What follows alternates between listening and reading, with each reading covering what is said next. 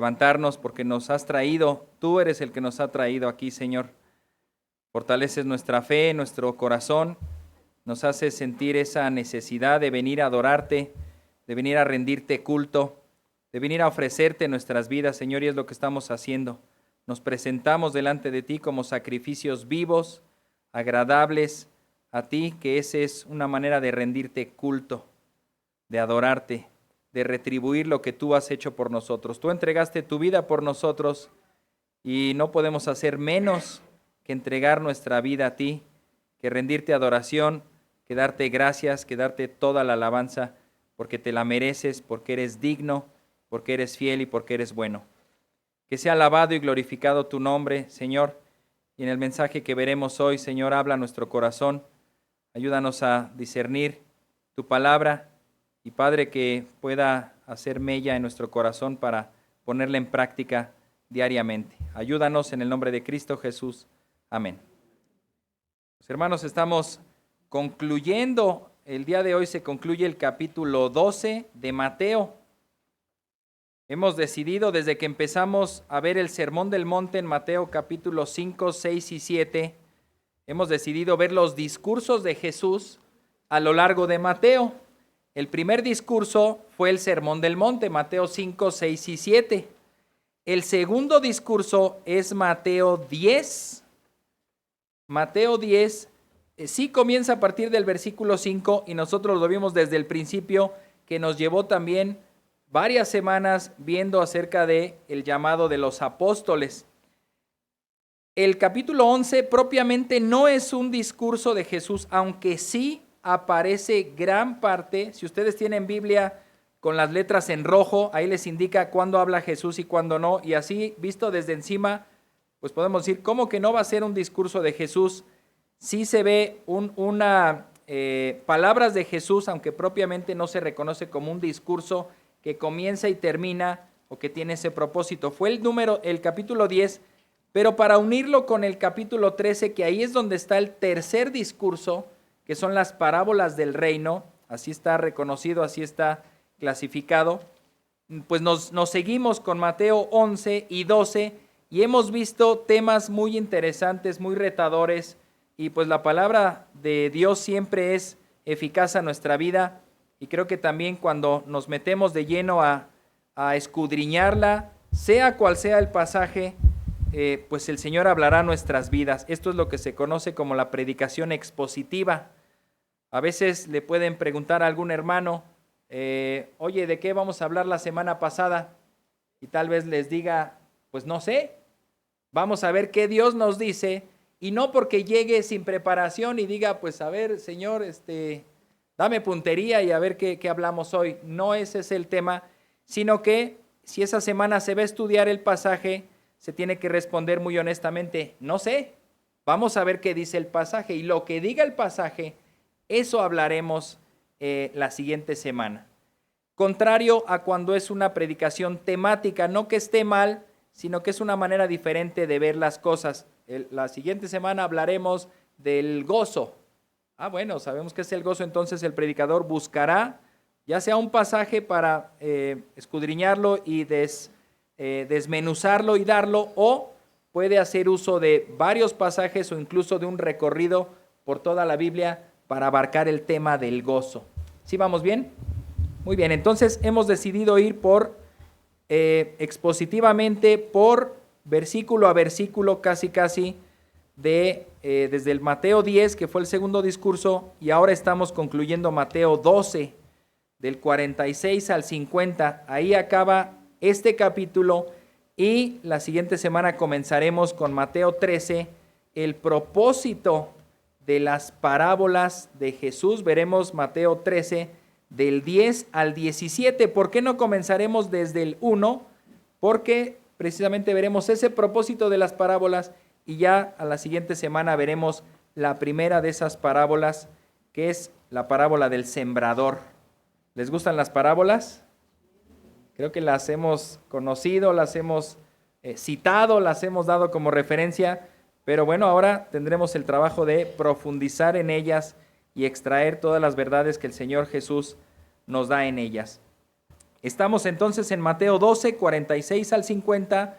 Leemos ahí, no lo tenemos ahí en las diapositivas, disculpen que no las puse, pero vamos a leerlo e irán saliendo después los versículos en cuales nos apoyaremos. Dice así: mientras Jesús aún estaba hablando a la multitud, su madre y sus hermanos estaban afuera, deseando hablar con él. Y alguien le dijo: tu madre y tus hermanos están afuera y te quieren hablar. Pero Jesús respondió al que le informó: ¿quién es mi madre y quiénes son mis hermanos? Y extendiendo la mano hacia sus discípulos, dijo: miren, aquí están mi madre y mis hermanos, porque cualquiera que hace la voluntad de mi Padre que está en los cielos, ese es mi hermano y mi hermana y mi madre. Muy bien, resulta que sí teníamos, bueno, ahorita los vamos a ir checando. Ok, comencemos. Simplemente el título de este bosquejo pues es La madre y los hermanos de Jesús. Y pues sí, cuando lo estábamos viendo, pues llega a pasar por nuestra mente y casi podríamos decir: ¿y esto qué, verdad? ¿Qué pasó con con estos pasajes? ¿Por qué se mencionan o por qué están ahí solo como un dato anecdótico de que pues la mamá y los hermanos de Jesús estaban ahí, tal vez diciéndole: ya córtale, tenemos hambre, queremos comer, te estamos esperando en la casa, oye, tenemos que abordar un barco, nos vamos de vacaciones, ¿vas a ir o no? ¿Qué estaban haciendo la madre y los hermanos de Jesús? Es lo que vamos a ver hoy. ¿Qué representan ellos? ¿Qué significa que Jesús tenga madre y tenga hermanos? Y bueno, al final la expresión que da Jesús al decir quiénes son, y él mismo responde, pues nos debe de asombrar, como lo veremos pues a continuación. Tenemos una breve introducción hacia esto. Jesús está hablando con la multitud y recordemos desde el capítulo 12, donde él se acerca y desde que va llegando, saben que es día de reposo y le dicen: ¿qué pasó? Los vimos que andaban ahí arrancando espigas, ¿se acuerdan? Y eso no se hace, así que sobre la cabeza de Jesús tenemos que acusarlo, porque al encontrar lo que es pecador, con eso vamos a destruir toda su enseñanza. Lo quisieron destruir con acusarlo de que estaba arruinando el día de reposo. Y bueno, el Señor Jesús les explica y resulta que eso le dio pauta para decir: no me quieras acusar por profanar el día de reposo, si yo soy el Señor del día de reposo, y lo que debes hacer en ese día es honrarme a mí. Así que, ¿cuál es el problema? Eso querían darle a la cabeza, recuerdo bien ese sermón, y él terminó volteándoles el rifle, y el rifle apuntaba directamente a la cabeza de ellos, porque es: yo soy el Señor y tú deberías adorarme a mí, no cuestionarme, no refutarme, y mucho menos quererme destruir. Vemos también que en ese mismo suceso ya entra a la sinagoga y ahí mismo le ponen otra trampa, trayendo a un hombre con la mano seca, diciendo: a ver qué va a hacer, y si lo sana, sobre de él, porque entonces no nos tienen que contar, sino lo estamos viendo que está haciendo una obra. También el Señor Jesús sale bien librado, diciendo: ¿acaso no saben que pueden hacer el bien en el día de reposo? Y siempre y cuando hagan la voluntad de Dios en el día de reposo, pues están honrando al Señor del día de reposo. Centrémonos en esa parte. Después se ve cómo Jesús sale de ahí. Primero salen los fariseos buscando armar un complot para destruirlo. Y después se le ve a Jesús que sale y se va moviendo y lo confrontan ahora. Y Jesús también les llama la atención acerca de la blasfemia sobre el Espíritu Santo, porque decían: este solamente tiene el poder por el poder de Belcebú. Recordemos eso también. Entonces se ve como un progreso de acciones, pero es el mismo día.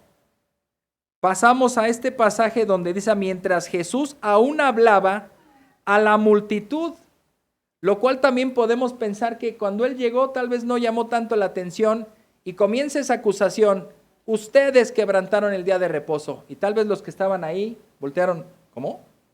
¿Jesús? Están acusando a Jesús, vengan, ¿qué hacemos? Se junta una multitud, se arma como una especie de juicio. Después entra y sana al de la mano seca.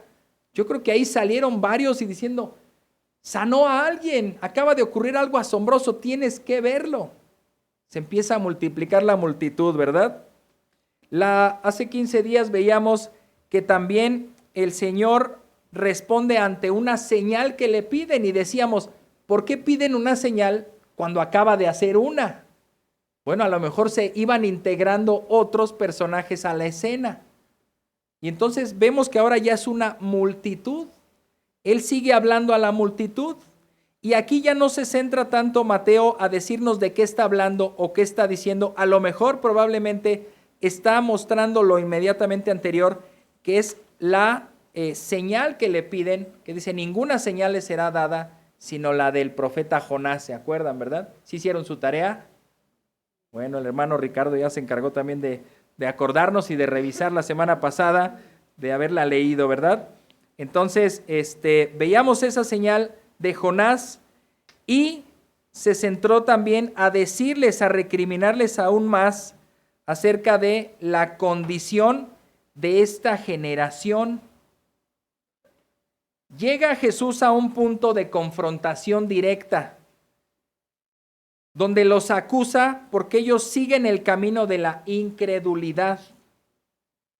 Por lo tanto, a pesar de que ellos estaban escuchando a Jesús, de que estaban viendo los milagros, ellos seguían inmutables. No eran tocados por la palabra de Dios y seguían en incredulidad. Me gustó mucho una frase que mencionó nuestro hermano Ricardo la semana pasada, diciendo, para vivir en Cristo necesitamos a Cristo.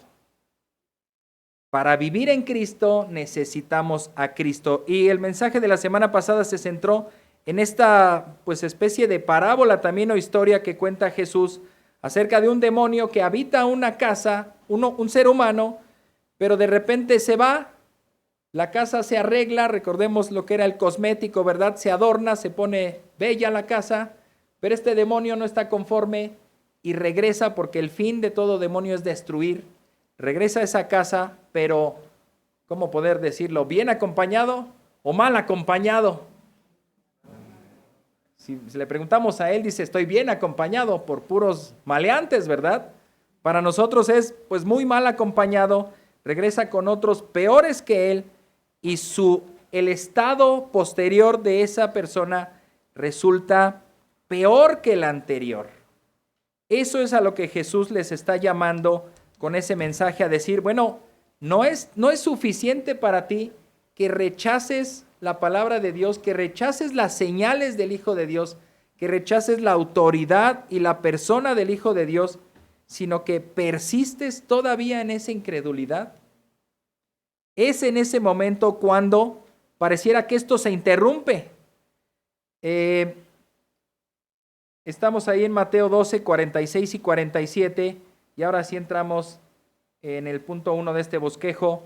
La multitud escucha a Jesús, lo está escuchando y se ve que hay un área como más adelante se dice que está en una casa y que salió, por lo tanto tenemos referencias de que ya no está en la sinagoga, salió de la sinagoga, pasó lo que tuvo que pasar y entró en una casa. Y es como se encuentra ahí Jesús dentro de una casa con una multitud y como se puede ver, también hay gente afuera. Es el caso de su madre y sus hermanos. Por lo tanto, dice ahí Mateo 12, 46 y 47, mientras Jesús aún estaba hablando a la multitud, su madre y sus hermanos estaban afuera, deseando ¿qué? Hablar con él. A lo mejor, como me pasa luego a mí, ¿verdad? Me llevo las llaves. Oye, no nos dejaste las llaves, ¿cómo vamos a ir y entrar? Pues vengan por ellas, ¿verdad? Oigan, díganle que nos dé las llaves, sí, cómo no, ahí les van. Pero en este caso querían hablar con él, no eran las llaves, sino las hubieran pedido. Y dice ahí versículo 47, y alguien le dijo, se ve que entonces hay un mensajero que entró de la parte de afuera, entró tal vez silenciosamente, privadamente, y tal vez le dijo al oído, tu mamá y tus hermanos están afuera y te quieren hablar. Bueno, eso no me ha pasado hasta el día de hoy, que estemos aquí en pleno culto y que me pasen un papelito tal vez y están afuera, que pagues la renta, ¿verdad? Híjole, dile que pase al rato, otro día, o tu mamá y tu hermano dicen que, no sé, no me ha pasado, cuando pase, pues ya veremos qué hacemos. Aquí el Señor Jesús, pues no se lo cayó y lo hizo incluso público. Pues dicen que mi mamá y mis hermanos están afuera, pero yo te pregunto, ¿quién es? ¿Quiénes son? Lo veremos en su momento. Jesús entonces se ve interrumpido por esto, y esto nos hace a nosotros hacernos preguntas. Les pregunto, hermanos, ¿Jesús tuvo hermanos?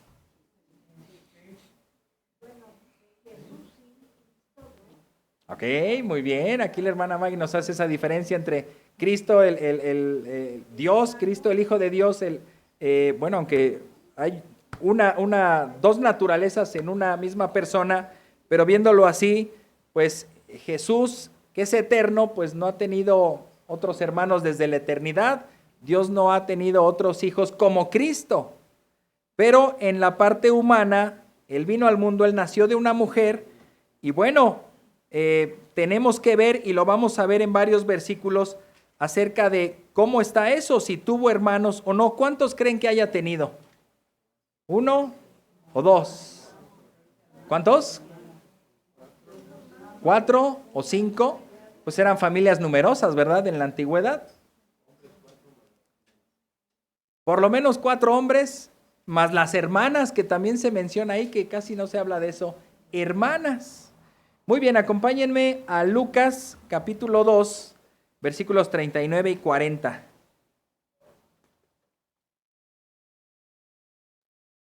Lucas 2, 39 y 40. Dice así: habiendo ellos cumplido con todo conforme a la ley del Señor, esos ellos que se menciona ahí son María y José, los padres de Jesús, que habían acudido al templo a ofrecer un sacrificio por la purificación. Cada que una mujer daba a luz un hijo, tenía que llevar una ofrenda y hacer su purificación. Entonces dice, también lo habían llevado a circuncidar. Habiendo ellos cumplido con todo conforme a la ley del Señor, se volvieron, ¿a dónde? A Galilea, a su ciudad de Nazaret.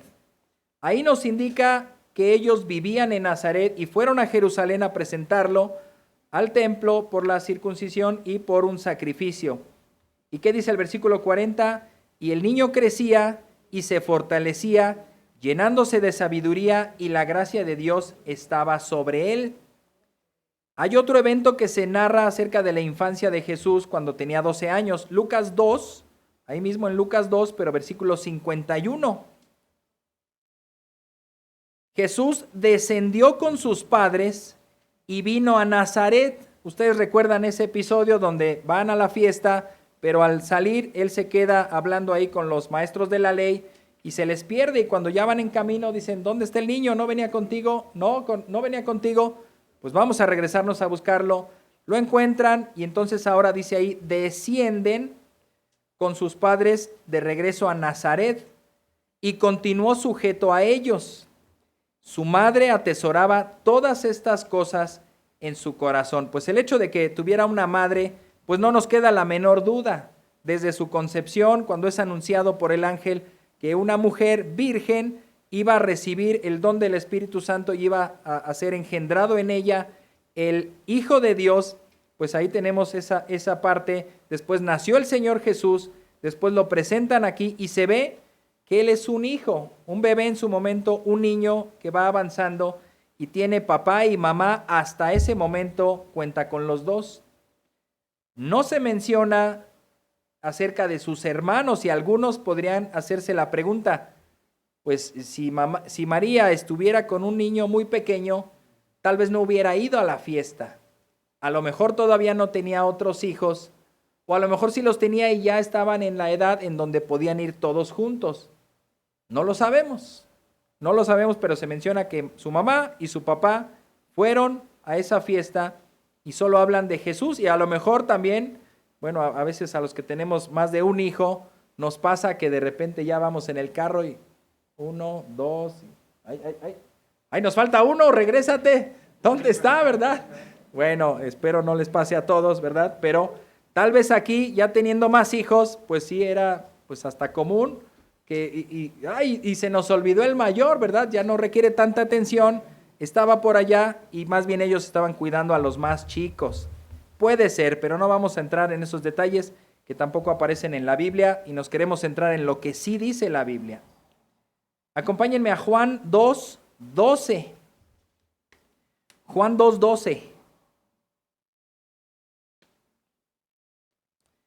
Dice así: después de esto, Jesús bajó a Capernaum con su madre, sus hermanos y sus discípulos, pero no se quedaron allí muchos días. Jesús ya estaba por iniciar su ministerio. Aquí recordemos que habían sido las bodas de Caná, y entonces él dice, bueno, me voy a Capernaum, me voy a mudar, ya no a vivir en Nazaret, sino a vivir en Capernaum, y ahí voy a comenzar el ministerio. Pero dice que sus discípulos y sus hermanos, y bueno, también hasta se entiende que el mismo Jesús no permaneció muchos días y regresó, lo más probable, a Nazaret. Acompáñenme ahí mismo en Juan, pero capítulo 7. Lo había puesto en orden cronológico, pero después lo cambié y creo que aquí ya se me alteró un poco el asunto, pero bueno. Veamos y notemos algo, porque aquí su familia lo está siguiendo, se ve a su mamá, se ve a sus hermanos y se ve a sus discípulos, que ya había nombrado algunos discípulos. Pero sucede algo. Juan 7:5, ¿qué dice? Pero ni aun sus hermanos creían en él. Ni aun sus hermanos creían en él. Él tenía entonces su mamá, que yo creo que sí creía en él. No se menciona que su mamá no creyera. Sus hermanos, que ahí dice claramente no creían en él. Y sus discípulos, que precisamente estaban con él, porque sí creían en él. Tengo otra cita, disculpen si vamos de allá para acá. Marcos 3:21. Marcos 3:21, y si no pueden seguirlo ahí en la pantalla y ahorita en cuanto puedan ya nos acompañan bien en el pasaje. Dice Marcos 3:21, cuando sus parientes oyeron esto, y ahí la palabra parientes se puede referir tanto a hermanos muy cercanos como a primos o como a pues ya todo lo que sea parentesco, ¿verdad? De sangre. Cuando sus parientes oyeron esto, fueron para hacerse cargo de él. Y uno dice, pues qué padre, ¿verdad? A lo mejor le llevaron agüita si tenía sed, o comida si no había comido, o un suéter si tenía frío. Pero la frase que sigue a continuación nos debe de alarmar, porque ahora sabemos por qué querían hacerse cargo de él. Dice, porque decían, está fuera de sí. En mi infancia decían mis hermanos, ¿verdad? Cuando querían molestarme me decían, me lavo las orejas y me lavo los dientitos. Y yo estaba justo en ese lado, ¿no? Entonces decían a alguien más, o sea, a este de acá le patina el coco. A este de aquí está loco, está fuera de sí, está desorbitado. Por eso querían hacerse cargo de él. Querían ir a ver qué desfiguros estaba haciendo ahora Jesús. Jesús, ya compórtate. No llames tanto la atención. ¿Qué es eso de andar curando manos secas? ¿Qué es eso de andar dándole alimento a todos? Van a venir a la casa y nos van a pedir pan todos los días. ¿Y qué vamos a hacer, verdad? Compórtate. Si realmente tienes una misión, sé como los demás, como los otros rabinos o como los otros profesores que tienen ahí sus discípulos, pero no llaman tanto la atención. Yo creo que en cierto sentido los avergonzaba. Uy, ¿ahora qué? Y ya está diciendo otra vez que él viene del cielo, pero ¿cómo que vino del cielo si aquí ha vivido siempre con nosotros? ¿Por qué dice semejante cosa? Y ellos no creían en él. Como ellos no creían en él, pensaban que estaba fuera de sí. Y no solo eso, acompáñenme a Juan 10:20. En verdad le termina de poner el clavo al ataúd. Juan 10:20 dice así, y muchos de ellos decían, tiene un demonio y está loco. ¿Por qué le hacen caso? Ahí en la referencia de está loco, pues nos recuerda lo que dijeron sus propios hermanos, está fuera de sí, lo cual también nos puede llevar a ver que ellos mismos probablemente creían que tenía un demonio, que estaba loco. Incluso cuestionan a la gente, ¿por qué le hacen caso? No le crean. La gente se asombraba de esta situación también, del mismo Jesús, la misma gente que lo conocía y que había crecido con él, se asombraba. Y ahorita veremos un pasaje en donde ellos preguntan, pero si él estaba con nosotros, él estaba ahí, él creció con nosotros, él estaba ahí. Y bueno, como consuelo tenemos que estos mismos hermanos que en su momento se avergonzaron de él, y pues su mamá, que no se menciona tanto que estaba en contra de él, sí la vemos más como que ella sabía el propósito porque ella había recibido el mensaje de Dios de que iba a venir el Salvador. Para consuelo nuestro y de todos los que estamos aquí, se nos dice en Hechos capítulo 1, versículo 14, cómo estos hermanos llegaron también a la fe de Jesús, pero no es hasta que murió, fue sepultado y resucitó. Hechos 1:14 nos dice así, cuando se habla de la iglesia, pues que se empezó a juntar cuando resucitó el Señor, ¿verdad? O cuando estaban por enterarse que había resucitado. Dice, todos estos estaban unánimes, entregados de continuo a la oración, junto con las mujeres y con María, la madre de Jesús, y con sus hermanos. Para consuelo y por la gracia de Dios, sus hermanos creyeron en él.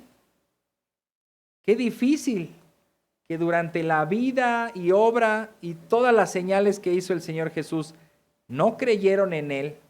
Incluso se avergonzaron de él y lo dijeron, este está loco, ya va a empezar.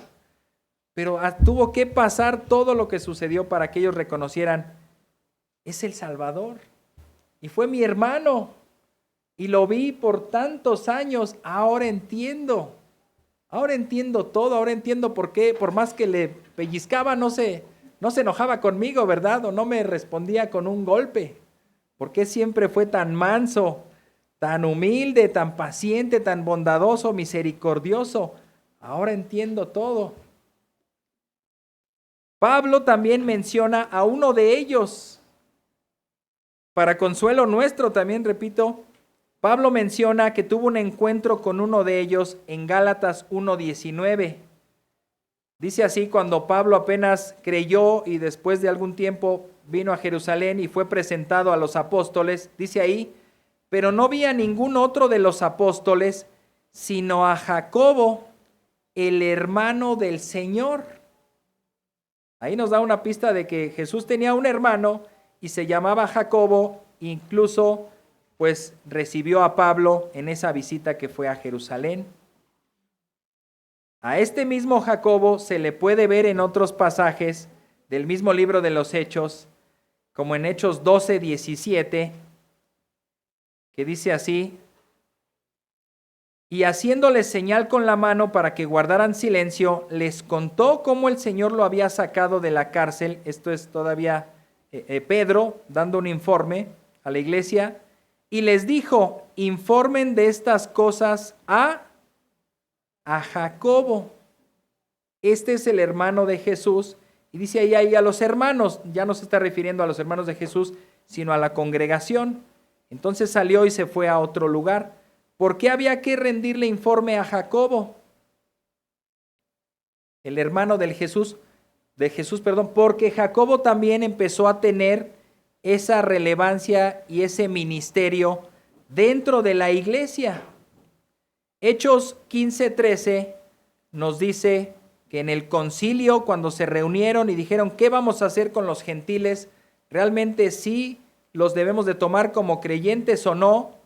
Bueno, Jacobo, dice ahí, cuando terminaron de hablar, Jacobo, es este Jacobo, el hermano de Jesús, tomó la palabra y dijo, escúchenme, hermanos. Y ahí redacta una carta junto con el concilio, y es la que terminan entregando a Pablo para que las repartiera en las iglesias y se les dijera a los gentiles que sí son bienvenidos a la fe, solamente tuvieran cuidado de algunas cosas que ahí se les señala en esa carta.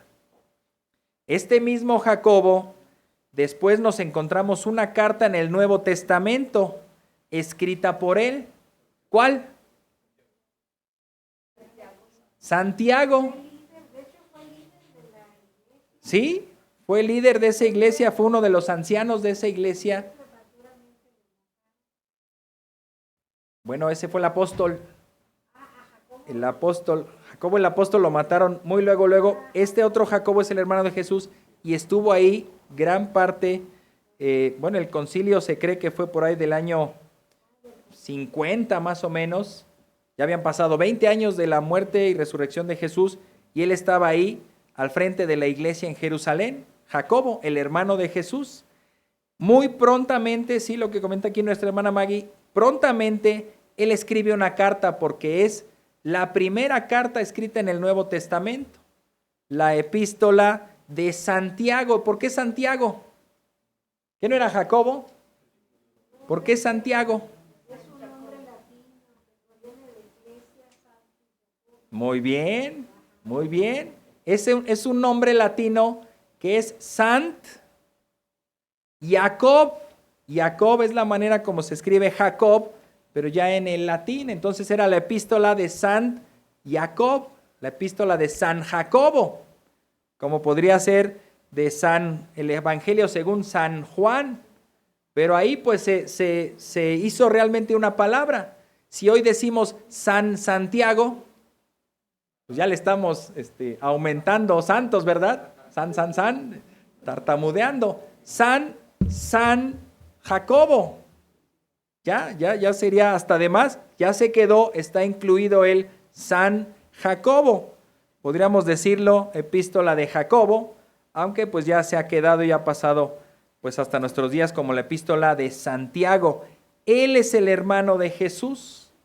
Él es hermano de Jesús que está escribiendo esta carta. Y algunos, cuando ustedes estudien esa carta, van a encontrar que es muy similar la enseñanza de Santiago con la enseñanza de Jesús. Tienen básicamente el mismo método de enseñar, con ilustraciones, con referencias, su modo de hablar, y algunos comentaristas dicen que él le aprendió mucho porque convivió con Jesús, y se puede notar cuando ves a dos hermanos o parte de la familia, sabes que tienen a veces las mismas expresiones, la misma manera de hablar, son parecidos.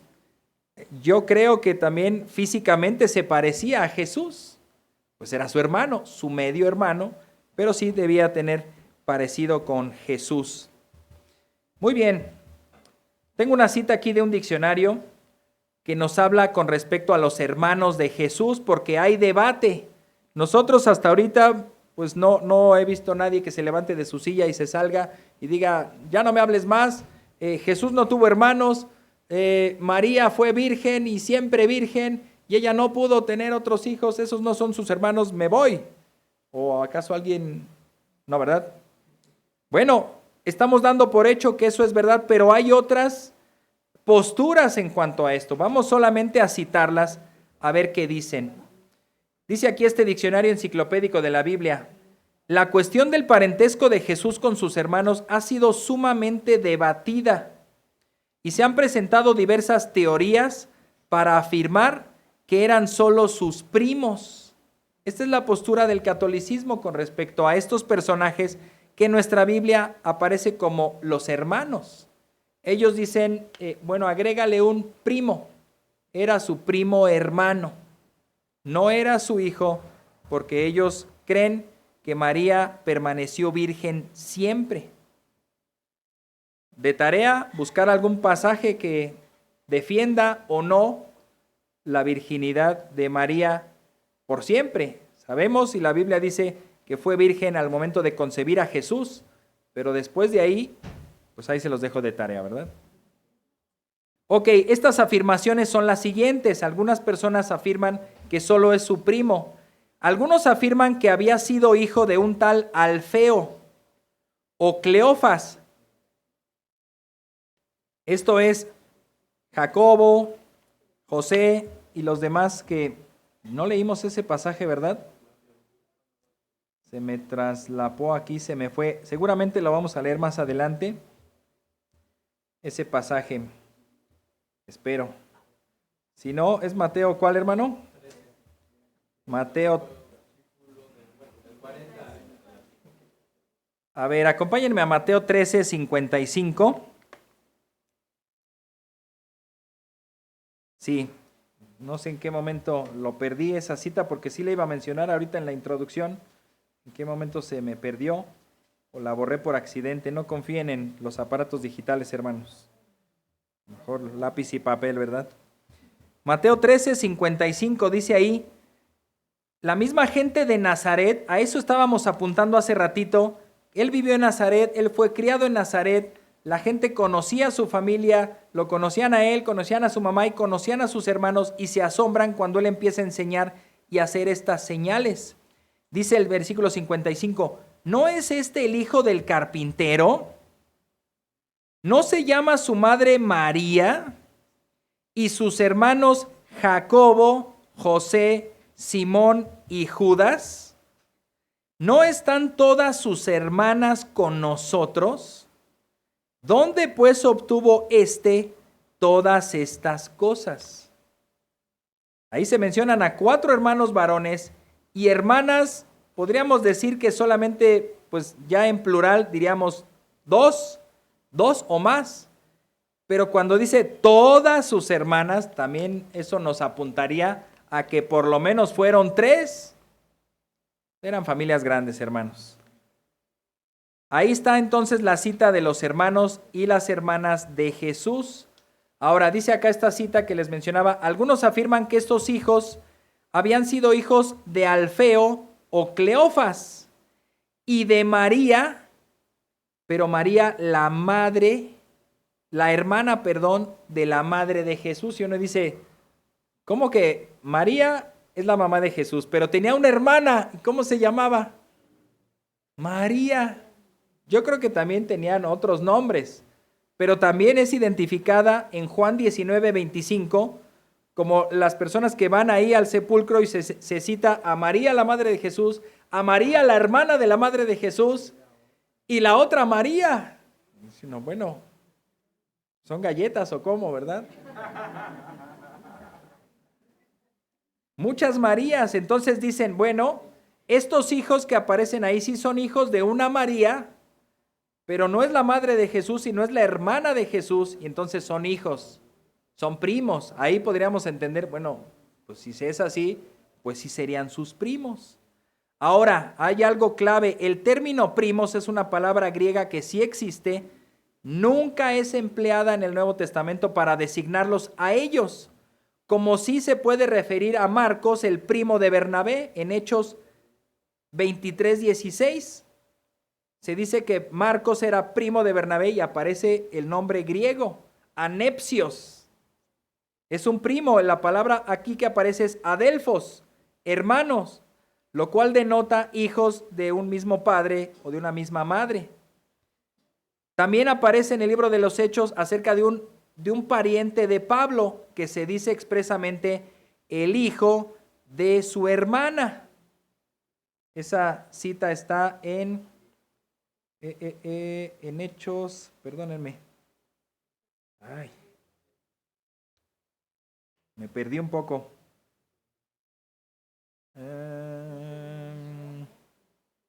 El hijo, el que le avisó que estaban tramando un plan contra él. Hijo de la hermana de... Ay, ahora no sé qué me pasa, hermanos. Discúlpenme. Está complicado, ya me perdí aquí en las letras. Muy bien. Ese término no aparece textual para los hermanos de Jesús.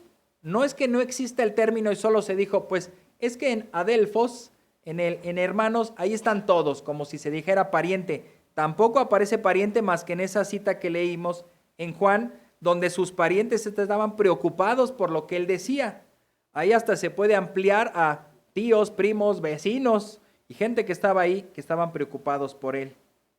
Ahora, visto lo cual, parece que al citar los hermanos, pues ¿por qué no se llame mejor primos? Por otra parte, si dicen, bueno, ellos son primos y son hijos de Alfeo, hay un apóstol que es Jacobo, hijo de Alfeo. Él estaba entre los apóstoles, y cómo cabría la posibilidad cuando dice que ni aun sus hermanos creían en él, y si uno de sus apóstoles era hijo de Alfeo, era su hermano, su primo, ¿cómo es que esa frase aplica? ¿Creían o no creían en él? ¿Estaba o no estaba ahí? Bueno, son estas partes de afirmaciones que sí quise citar aquí. Dice además es bastante extraño que estos hermanos de Jesús aparezcan siempre en relación con María y nunca en relación con su verdadera madre, que se puede citar, que es la hermana de María. Siempre que se menciona es con María, la madre de Jesús. Otra afirmación es que estos hermanos procedían de un matrimonio anterior de José. Algunos creen que José se veía que era mucho mayor que María y que él ya había tenido un matrimonio, entonces ya había tenido hijos y son ellos. Pues resulta extraño, ¿verdad? Dice aquí que la tradición de esa parte viene de un tal Hilario, Epífano y la iglesia griega. Ellos suponen que sí eran hermanos de Jesús, pero en cierto sentido por parte de José con un matrimonio anterior. La escritura no habla nada de eso más que un documento apócrifo que es llamado el Evangelio de Pedro. Pues es apócrifo también, ¿no? Y otra afirmación dice que serían hijos de un matrimonio de levirato entre José y la viuda de su hermano Cleofas. Recordemos que el Antiguo Testamento también decía que si moría el hermano y la mujer quedaba ahí y no tenía hijos, el hermano tenía que tomarla para levantar descendencia y entonces dejar ahí ese parentesco, pero no hay nada que afirme nada de eso. Son meras especulaciones. Lo que sí dice aquí, y se puede ver, coincidimos en que se habla de sus hermanos. La palabra hermano es para decir hijo de padre o hijo de madre en común. Siempre aparecen en relación con su mamá, la mamá de Jesús y sus hermanos, y después aparece como creyentes y se les llama por nombre el hermano del Señor Jesús. No había ningún problema si Pablo hubiera dicho el primo del Señor Jesús, pero le llamó hermano, entonces vemos que sí son hermanos. Muy bien, con esto vemos entonces que María concibió a Jesús siendo virgen y permaneció virgen ¿hasta cuándo? Hasta que nació. Acompáñenme a Mateo 1:25. Mateo 1:25. Espero no haya hecho bolas aquí a las diapositivas. Mateo 1:25. Dice ahí, está hablando acerca de José, porque el ángel también le da el anuncio a José y cómo él decidió quedarse con María, no difamarla. Y dice ahí, y la conservó virgen hasta que dio a luz un hijo y le puso por nombre Jesús. Este es en la versión Nueva Biblia de las Américas. Cuando aparece una palabra hasta, tenemos que entender que es un límite, hasta allí. Y después de ahí, pues después de ahí ya no. Si eso continuara, pues ese hasta estaría de más. Diría, y la conservó virgen. Pero dice, la conservó virgen hasta que dio a luz un hijo. La misma, me gustó la versión Reina Valera que también aparece a continuación. Es el mismo versículo, pero en versión Reina Valera dice, pero no la conoció. Sabemos lo que implica este término de conocer, que es tener una relación íntima, sí, de pareja, pero no la conoció hasta que dio a luz a su hijo primogénito. También ese término primogénito es el primero de otros, si no hubiera dicho unigénito. Su hijo primogénito, y le puso por nombre Jesús, lo cual nos lleva a ver que José y María sí tuvieron esa vida conyugal y sí procrearon hijos.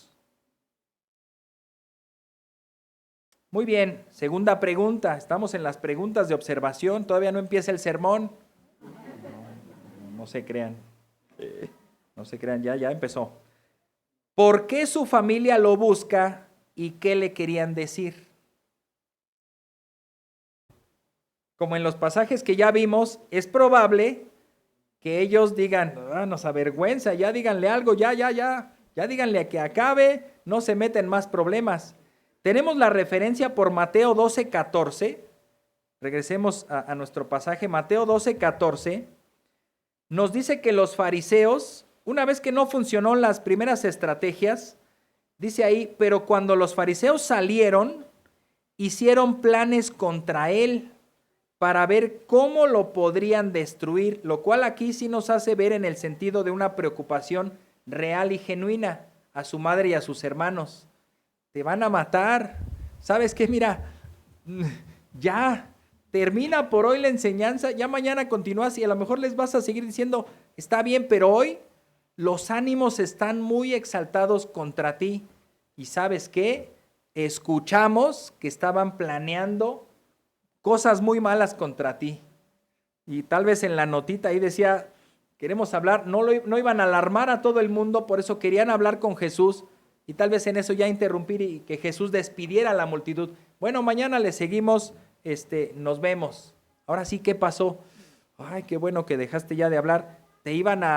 Dijeron que ahorita en cuanto te distrajeras, un atentado contra ti, como el día de ayer sucedió, ¿verdad? Un atentado contra el candidato Donald Trump. Disculpen que citemos esto, pero es algo que no sucede todos los días. Les pasó como a Malco. Seguramente Pedro apuntó a la cabeza y solo le dio la oreja. Ayer seguramente el tiro iba a la cabeza de Donald Trump y le rozó la oreja. Es algo pues inaudito para nuestros días y hermanos, pues estemos a la expectativa de que cualquier cosa puede pasar en este mundo. Por lo tanto, creemos y creamos más en la palabra de Dios y salgamos a dar el evangelio a todos para que se arrepientan y crean en el Señor. Disculpen ahí la desviación. ¿Qué querían decirle sus hermanos y su madre a Jesús? Tal vez ahora sí estaban preocupados por ellos y querían hacerse cargo de él, como ya lo leímos en Marcos 3:21. Tal vez también por la parte negativa no querían que siguiera diciendo cosas que a ellos les avergonzaban. Por ello, y no pudieron llegar a la casa, por tanto, mandaron a un mensajero que le diera ese mensaje a Jesús. Ahora Jesús, pues vemos también que toma las cosas con calma, pues es Dios. Él sabe, aunque estén tramando planes contra mí, todavía no es el tiempo, todavía no es la hora, tranquilos.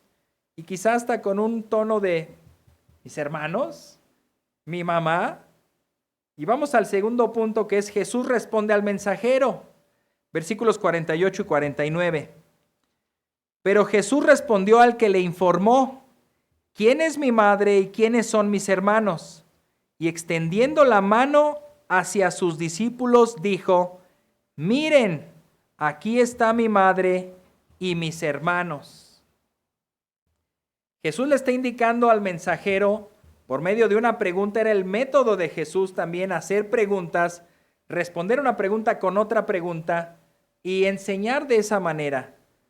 Contrariar también al que le preguntaba para hacer lo que él mismo examine qué clase de pregunta le está haciendo. El Señor Jesús tiene un lazo muy especial con los que lo están escuchando, con los que lo siguen. Él tiene un cuidado muy especial para con sus discípulos. Les llama y les considera sus ovejas. Y ha dicho que Él es el buen pastor que da su vida por sus ovejas. Hay una relación muy cercana y muy especial entre Jesús y todo aquel que escucha su palabra y le cree. Algunos podrían argumentar que el Señor no está demeritando a su familia, porque parece, en el tono que lo dice, parece que lo dice, ¿qué? ¿Quiénes son mis hermanos? No están para defenderme, pero ahora quieren decir, oye, yo soy el hermano de Jesús, como probablemente nos ha pasado, ¿verdad? A veces tu familia o tus mejores amigos se hacen hasta los que no te conocen, pero ¿qué tal cuando tienes un buen trabajo? ¿Qué tal cuando tienes una posición? ¿O qué tal cuando tienes posibilidades económicas? Ahí sí todo mundo es tu amigo. Ah, yo lo conozco, aunque nunca te hablaron. Ay, acuérdate que íbamos de chicos en la primaria y revisa ahí tu cuadro y ahí salgo yo, el de la derecha, el que te está poniendo así. Perdón, pero éramos amigos, acuérdate, yo creo que no te acuerdas, pero yo siempre te estimé, yo siempre te busqué. Podríamos pensar que el Señor Jesús les está pagando con esa misma moneda. Ah, ustedes se avergüenzan de mí, pues ahora yo me voy a avergonzar de ellos. Pero realmente no es así. Lo que sí se enfatiza es la relación que está dando para los discípulos. Lejos de demeritar a su familia, está alzando a sus discípulos a decir, ustedes no se sientan mal, ustedes son mi familia, ustedes son como los que realmente son mis parientes en la carne. El hermano William Hendrickson tiene este comentario y dice, Jesús está indicando que los lazos espirituales son más importantes que los lazos de sangre. Y hay otras referencias para ver el caso de la familia espiritual como Juan 1, 12 y 13. También el hermano John MacArthur comenta con respecto a esto y dice, él invita a todo el mundo a ser parte de su familia divina. Cualquiera puede entrar en la familia espiritual de Dios siempre y cuando confíe en Él. Y la familia de Dios es la única familia que en última instancia importa. Incluso ser miembro de la propia familia terrenal consanguínea de Jesús no incluye el merecimiento de la salvación. En consecuencia, la invitación de Jesús se extendió también a su madre natural y a sus medios hermanos, porque ellos también necesitaban ser salvos del pecado. Si ellos no tenían fe en Él, ellos no estaban más espiritualmente relacionados con Jesús. Lo único que los puede relacionar es la fe que ellos tenían en Él. Y esto nos lleva al punto 3 y conclusión de todo esto. Los verdaderos hermanos y hermanas y madre de Jesús. Dice el versículo 50.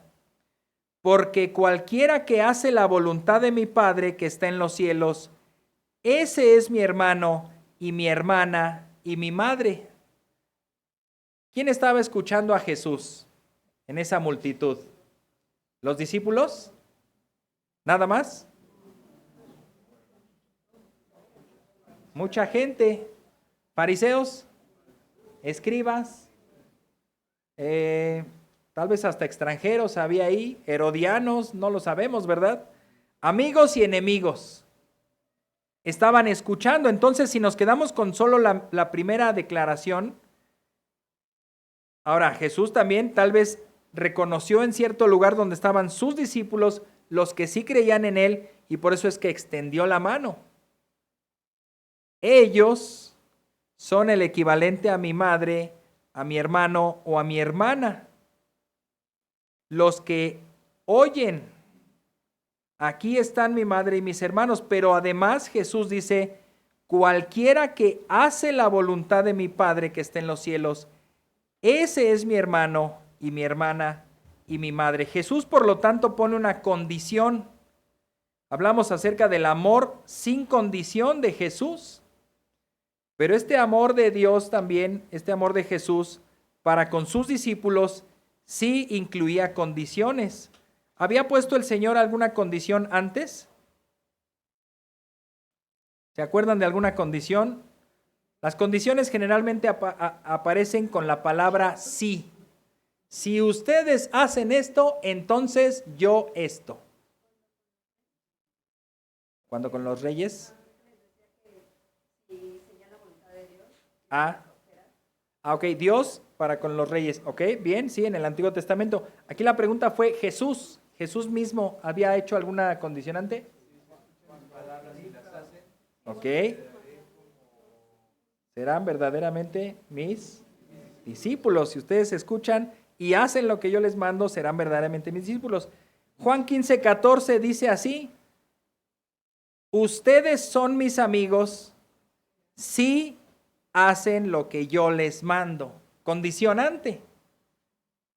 Ustedes y yo tendremos esa amistad, ese amor mutuo, ese camino en común, siempre y cuando ustedes me obedezcan a mí. Claro, eso no es algo que cualquiera de nosotros pueda decirle a otro, ¿verdad? Jorgito, tú y yo seremos amigos siempre y cuando hagas lo que yo te mando. Aguas, sal corriendo, ¿verdad?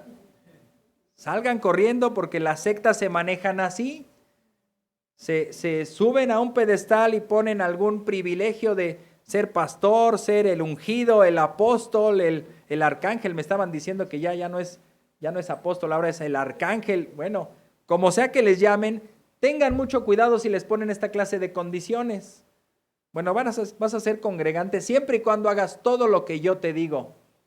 Jamás. Jesús sí lo puede decir y a Jesús lo vamos a hacer, pero ningún hombre puede poner una condición así. Al igual que esta relación, Jesús los considera así de cercanos porque han recibido su enseñanza. Juan 15:15, el versículo que sigue. Ya no los llamo siervos porque el siervo no sabe lo que hace su Señor, pero los he llamado amigos porque les he dado a conocer todo lo que he oído de mi Padre. Jesús entonces tiene en alta estima a sus discípulos y ahí para corroborar que son discípulos es porque están escuchando su enseñanza y lo están poniendo en práctica. Muchos escucharon su enseñanza, pero no fueron discípulos porque no lo siguieron. Mateo 7:21.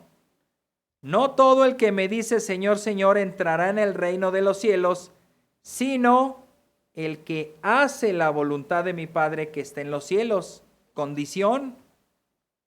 Lo que el Señor está dando a entender es que no solo por profesar unas palabras entrarás al reino de los cielos, sino que hay que cumplir una condición. Y aquí puse 3 incisos de lo que el Señor Jesús estaba dando a entender. Inciso A, mis parientes en la carne no tienen la salvación asegurada. Los parientes de Jesús, ni la mamá de Jesús, tenía la salvación asegurada. Y esto es algo importante, porque nos enfrentamos, al día de ayer nuestro hermano Jorge se enfrentó con católicos muy aferrados que realmente dice, bueno, cuando hizo algunas preguntas no sabían ni cómo contestar y solamente dijeron, pues eso se tiene que hacer porque se tiene que hacer y porque así se ha hecho siempre. ¿Y cuál es la explicación? Pues no sé, pero así se tiene que hacer. María, la madre de Jesús, el ser humano, necesitaba salvación. Ella misma en la oración que conocemos como el Magnificat, ella engrandece al Señor porque ha mirado la bajeza de su sierva. Y ella reconoce en Dios su Salvador y en Cristo su Salvador. Si fuera divina, pues no necesitaría un Salvador.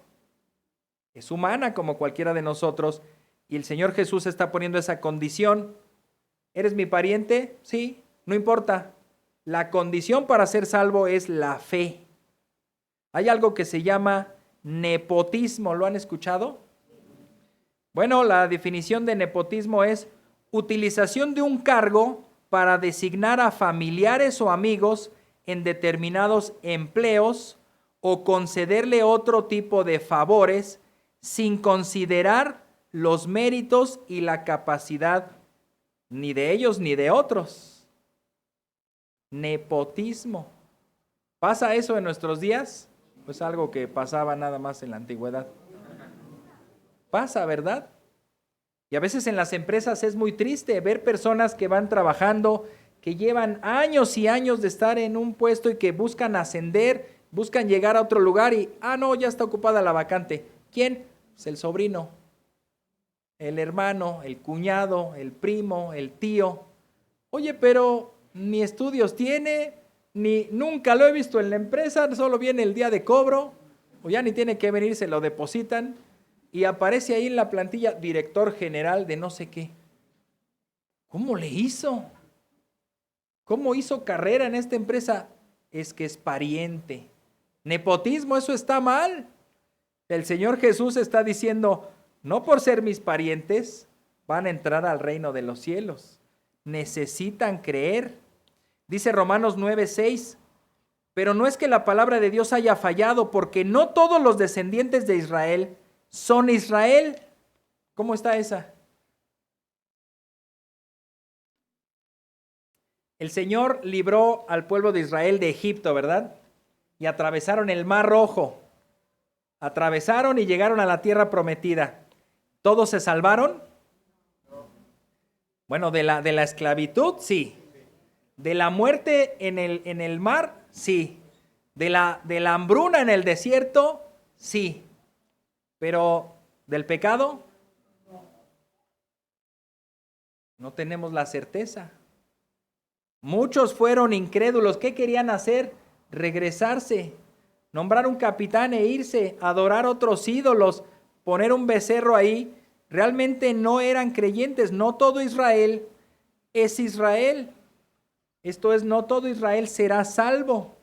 Dice ahí versículo 7 de mismo Romanos 9, ni son todos hijos por ser descendientes de Abraham. El Señor Jesús también les dijo, cuando tuvo una confrontación con ellos en Juan 8, nosotros somos hijos de Abraham.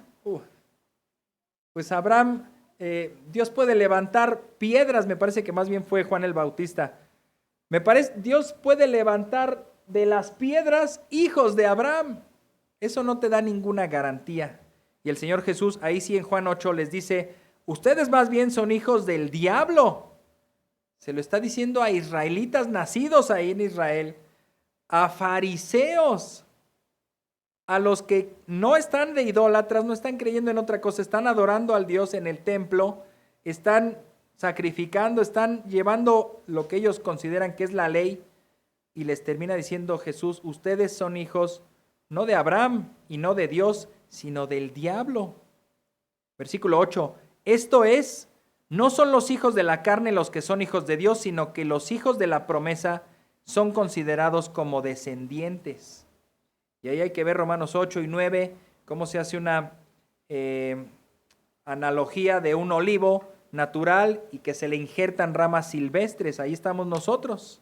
El olivo natural es Israel, fue desgajado y se fueron incrustadas ramas de otro olivo silvestre que somos nosotros, viniendo a formar parte de la familia de Dios. Así como muchos se unieron a Israel cuando salieron de Egipto, Dios los aceptó y aunque no eran nativos, Dios los tomó como su pueblo. A muchos que sí eran nativos, los rechazó por su incredulidad. Romanos 10, 19 al 21. ¿Acaso Israel no sabía? En primer lugar, Moisés dice, yo los provocaré a celos con un pueblo que no es pueblo. Con un pueblo sin entendimiento los provocaré a ira. E Isaías es muy osado y dice, fui hallado por los que no me buscaban y me manifesté a los que no preguntaban por mí. Pero en cuanto a Israel dice, todo el día he extendido mis manos a un pueblo desobediente y rebelde. Dios designó a Abraham para que él fuera el padre de un pueblo en el cual él se manifestara y fuera glorificado, pero muchos de ellos, la mayoría, fueron incrédulos. Y Dios nunca cerró el camino a otros. Abrió esas manos y extendió la salvación aún a los que no eran nativos de Israel, como sucede hoy en día. Y el mismo Jesús está ilustrando lo que Dios hizo en el Antiguo Testamento, citado en Isaías. Todo el día extendí mis manos ante un pueblo rebelde y desobediente. Ahora Jesús extiende sus manos y dice, ellos son mis hermanos y mi madre. Perdón que solo volteé aquí a la derecha, es que ellos son más aplicados. Pero bueno, hagámoslo así.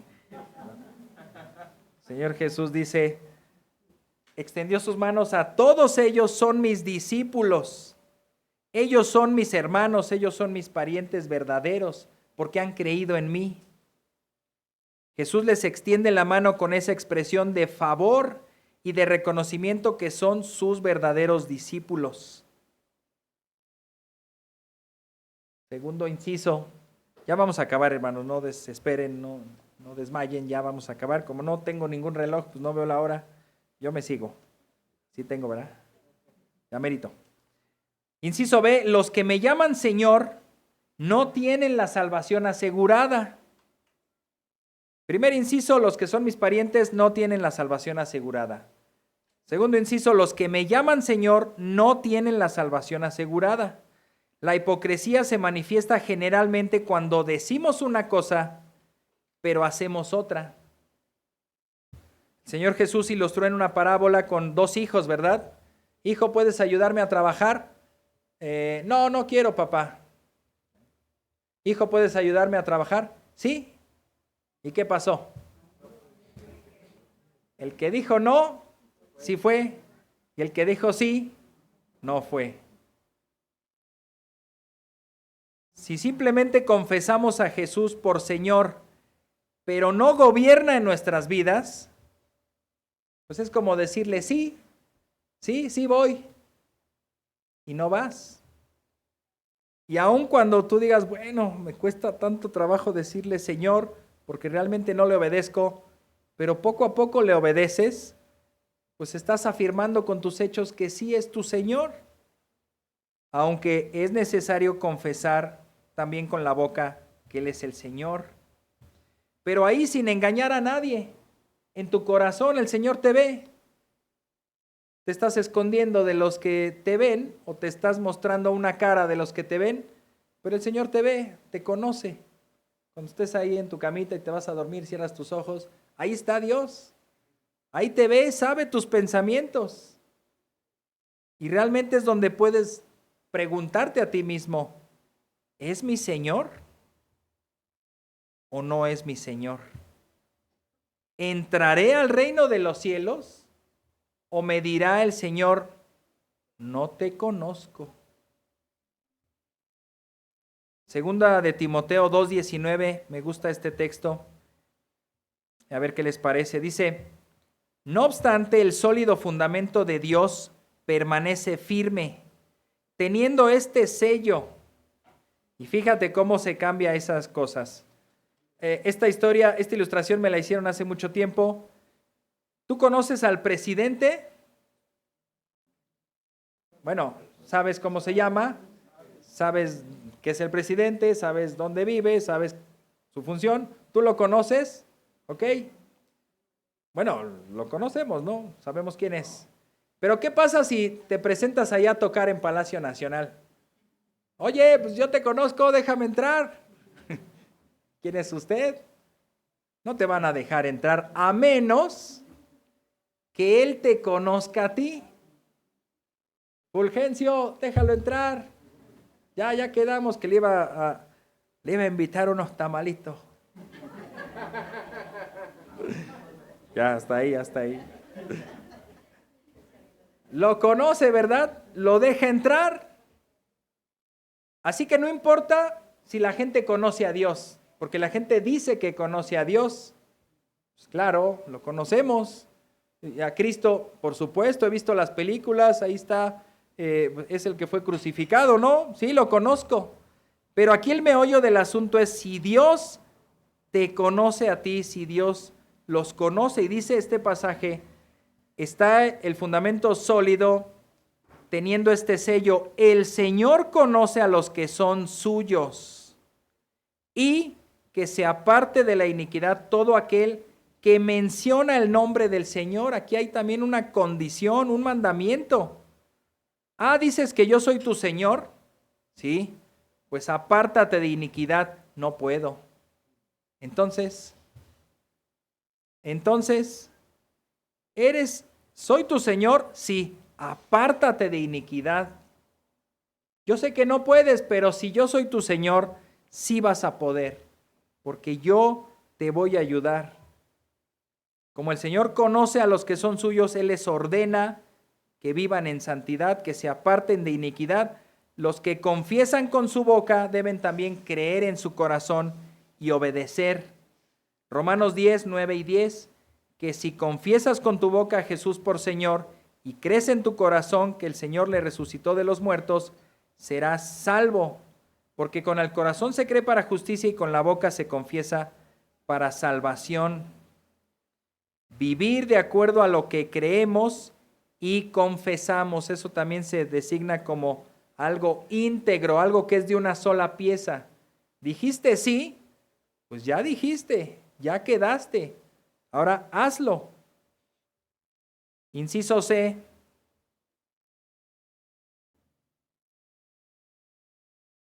Los que pertenecen a mi familia son los que hacen la voluntad de Dios o del Padre. No es el parentesco, no es los que levantaron la mano o los que gritaron, sí, yo sí voy, sino es los que hacen la voluntad del Padre. Los verdaderos hermanos de Jesús son los que han aceptado la invitación a negarse a ellos mismos, a tomar su cruz y seguirlo para ser sus discípulos.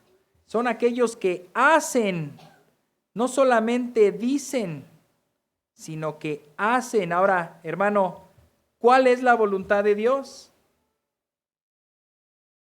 Y ahorita me van a pasar un papelito, te hablan allá afuera, ya continúas otro día, ¿verdad? Porque ese tema es amplísimo, la voluntad de Dios, pero en cierta manera y concretamente, ¿cuál es? Ya lo vimos en el pasaje anterior, apártese de iniquidad todo aquel que pertenece al Señor. ¿Cuál es la voluntad de Dios? Pues tendríamos que decir la palabra de Dios, toda su palabra, ahí está su voluntad y hay que estudiarla y hay que conocerla y hay que hacerla. Específicamente encontré algunos textos que nos van a llevar ahí, por ejemplo Juan 1:12. Pero a todos los que le recibieron es voluntad de Dios que la gente reciba al que Él envió, esto es a Cristo. Pero todos los que lo recibieron les dio el derecho de llegar a ser hijos de Dios. Esto es a los que creen en su nombre. La voluntad de Dios es que la gente crea en el Señor Jesús y le reciba y tenga ese derecho, esa oportunidad de ser hijo de Dios. También el Señor Jesús lo citó en algún momento: si alguno está dispuesto a hacer la voluntad de Dios, sabrá si mi enseñanza es de Dios o si hablo por mí mismo. Esto está en Juan 7:17. Y también hacer la voluntad de Dios es hacer lo que Dios espera que hagan, como en Juan 6:29, que dice así: Jesús les respondió, esta es la obra de Dios, que crean en el que Él ha enviado. Y bueno, ya citamos Lucas 9:23, que también va a aparecer, y les decía a todos, si alguno quiere seguirme, niéguese a sí mismo, tome su cruz y sígame. Esa es la voluntad de Dios. También la voluntad de Dios, como veíamos el viernes, es la gran comisión. Vayan pues y hagan discípulos de todas las naciones, en Mateo 28, 19 y 20, bautizándolos en el nombre del Padre y del Hijo y del Espíritu Santo, enseñándoles a guardar todo lo que les he mandado, y recuerden, yo estoy con ustedes todos los días hasta el fin del mundo.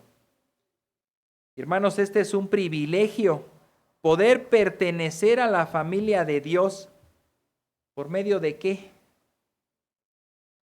De la fe, de la gracia de Dios derramada para que podamos tener fe, y creyendo seremos hijos de Dios y seremos sus discípulos, que escuchamos su palabra, escuchamos su voluntad y la ponemos en práctica. Cristo nos considera sus hermanos y sus amigos si hacemos la voluntad de Dios. Concluimos con Juan 14:21, el que tiene mis mandamientos y los guarda, ese es el que me ama. Y el que me ama será amado por mi Padre, y yo lo amaré y me manifestaré a él. Pues es interesante, hermanos, que Jesús tuvo hermanos en la carne, no los dejó, no les dio el pase VIP o el pase directo, ¿verdad?, a la salvación. Ellos tenían que creer, fueron incrédulos y gracias a Dios creyeron después de que Él resucitó. Y así como ellos, nosotros pudimos estar en incredulidad, pero hemos sido expuestos a la palabra de Dios y guiados por el Espíritu Santo, es que nos ha hecho nacer de nuevo y ahora nacer en la familia de la fe, y ser sus hermanos. ¿Y saben qué? Ese parentesco no se rompe nunca. Nunca. Si eres hijo de Dios, lo serás por siempre. Aún en la carne podemos ver ese principio. Somos hijos de nuestros padres y bueno, dice el dicho, ¿verdad? No puedes negar la cruz de tu parroquia porque eres igualito a él. Por más que diga, no, yo no, eres igualito y que lo muestra tu ADN.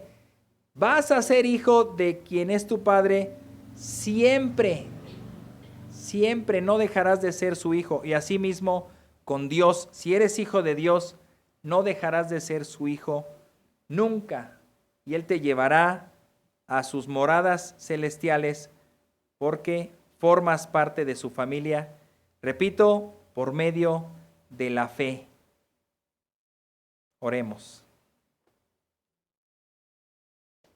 Padre, gracias porque has abierto esa puerta a todo aquel que tiene fe. No solamente a los parientes según la carne de Cristo, que también ampliándolo más serían los mismos israelitas. Comparten un padre en común que son pues los patriarcas Abraham, Isaac, Jacob. No solamente abriste la puerta a ellos, sino a toda la humanidad por ser hijos de Adán, porque tú lo has manifestado, que así como el primer Adán nos condenó a todos, así el segundo Adán nos vino a dar salvación a todos, a todo aquel que cree. Esa es la condición, Señor. Nos aferramos a eso, Señor, a que tú nos has expuesto a tu palabra, nos has llamado externamente al arrepentimiento y a la fe, y por la obra del Espíritu Santo hemos respondido en arrepentimiento y fe.